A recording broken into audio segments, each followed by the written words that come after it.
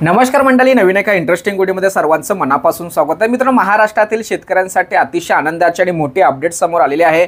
शेतकऱ्यांच्या संदर्भात आता नवीन ॲप येणार आहे। एआयच्या आधारावरती राज्य सरकारकडून हे ॲप लॉन्च केलं जाणार आहे आणि या संदर्भात समिती सुद्धा स्थापन करण्यात आलेल्या आहेत। एक 15 दिवसामध्ये हे ॲप सर्वसामान्यांसाठी उपलब्ध करून दिला जाणार आहे। हा जो ॲप सुरू केला जाणार आहे, या ॲपच्या संदर्भात राज्य शासनाने नानाजी देशमुख कृषी संजीवनी प्रकल्प संचालकांच्या अध्यक्षतेखाली एक समिती स्थापन केलेली आहे आणि या समितीच्या आधारावरती एक 15 दिवसामध्ये ही समिती अहवाल सादर करणार आहे आणि या समितीच्या अहवालाच्या आधारावरती हे ॲप लॉन्च केलं जाणार आहे। हे ॲप तयार करून सर्वसामान्यांसाठी उपलब्ध करून दिलं जाणार आहे। या ॲपच्या माध्यमातून शेती रिलेटेड संपूर्ण माहिती किंवा संपूर्ण कामं शेतकऱ्यांना घर बसल्या स्वतः करता येणार आहे। कोणतंही रजिस्ट्रेशन असो, त्याचबरोबर कोणत्याही योजनेचा लाभ घ्यायचा असेल तर ऑनलाईन फॉर्म भरावा लागतो, ती सुद्धा कामं त्या ठिकाणी करता येणार आहे। त्याचबरोबर आपल्या सातबाऱ्याची संपूर्ण माहिती, त्याचबरोबर पीक विमा असो, नुकसान भरपाई असो, अशा अनेक गोष्टींची माहिती आता फक्त एका ॲपवरती शेतकऱ्यांना मिळणार आहे किंवा शेतकऱ्यांना करता येणार आहे। आता हे नेमकं ॲप कोणतं आहे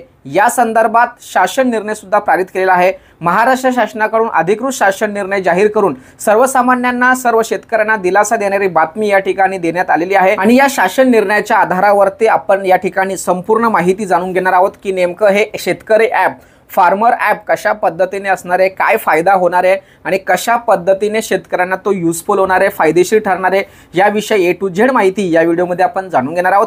व्हिडिओला सुरुवात करण्यापूर्वी चॅनलवरती जर नवीन असाल तर कृपा करा चॅनलला सबस्क्राइब करा।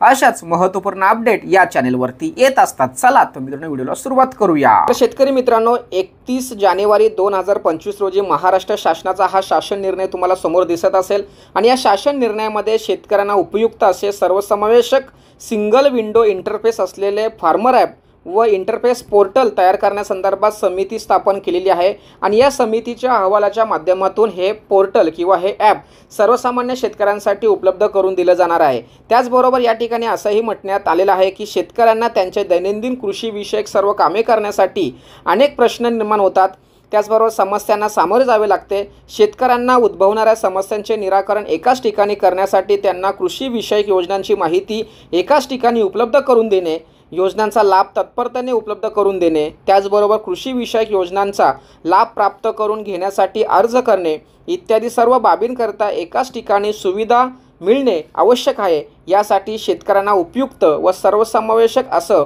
कृत्रिम तंत्रज्ञानावर म्हणजे आर्टिफिशियल इंटेलिजंट आधारित म्हणजे एआयच्या आधारावरती एक सिंगल विंडो इंटरफेस असलेले फार्मर ॲप आणि एक पोर्टल तयार करण्यासंदर्भात महाराष्ट्र शासन विचाराधीन होता आणि या विचारावरतीच काम करून राज्य सरकारने हे ॲप सुरू करण्यासंदर्भात एक समिती स्थापन केलेली आहे आणि या समितीमध्ये कोणकोणती लोक आहेत याविषयी सुद्धा माहिती आपण घेऊया। या ठिकाणी प्रकल्प संचालक नाना देशमुख कृषी संजीवनी प्रकल्प हे या ठिकाणी अध्यक्ष म्हणून काम करणार आहेत।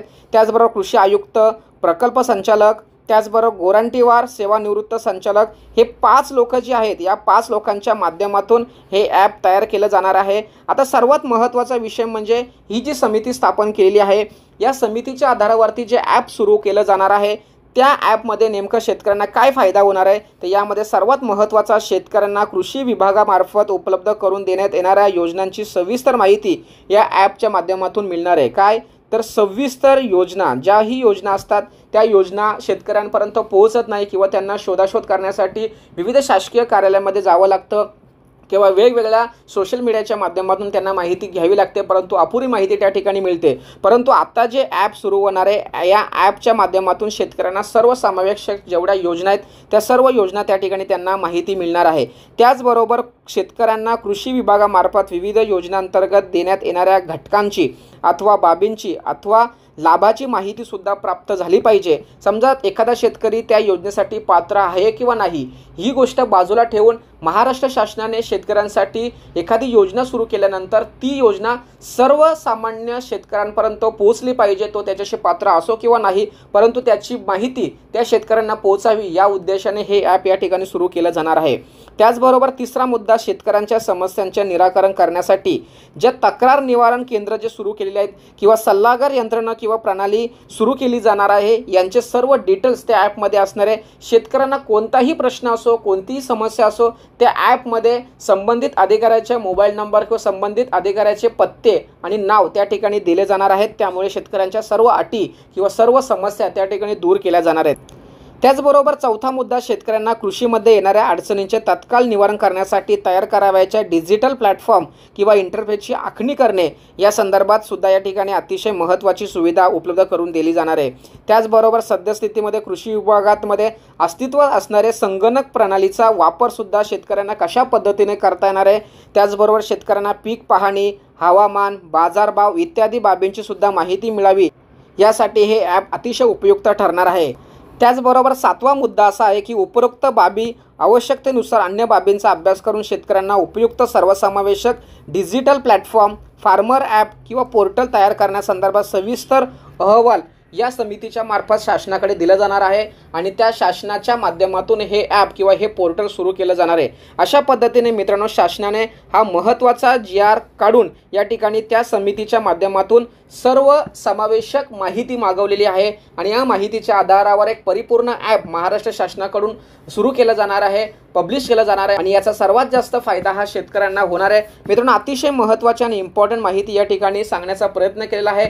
सदर व्हिडिओ, सदर माहिती तुमच्यासाठी उपयुक्त असल्या कारणाने ही व्हिडिओ महाराष्ट्रातील सर्व शेतकऱ्यांपर्यंत पोहोचवण्यासाठी सहकार्य करा। तसेच आतापर्यंत या व्हिडिओमध्ये तुम्ही टिकून राहिला असाल आणि मी सांगितलेली माहिती तुम्हाला उपयुक्त वाटत असेल तर नक्की व्हिडिओला लाईक करा आणि चॅनलवरती जर पहिल्यांदा आला असाल तर चॅनलला सबस्क्राईब करा। कारण मित्रांनो, आपण या यूट्यूब चॅनलवरती अशाच महत्त्वाच्या अपडेट, महत्त्वाच्या शासकीय योजना असतील, नोकरी असेल, सर्व बाबींची माहिती आपण देत असतो आणि ही माहिती सर्वसामान्यांसाठी अतिशय उपयुक्त आणि महत्त्वाचा असल्या कारणाने त्यांच्यापर्यंत हा चॅनल पोहोचवण्यासाठी तुम्ही सर्वांनी मला सहकार्य करायचं आहे। पुढील व्हिडिओसाठी धन्यवाद। जय हिंद, जय महाराष्ट्र।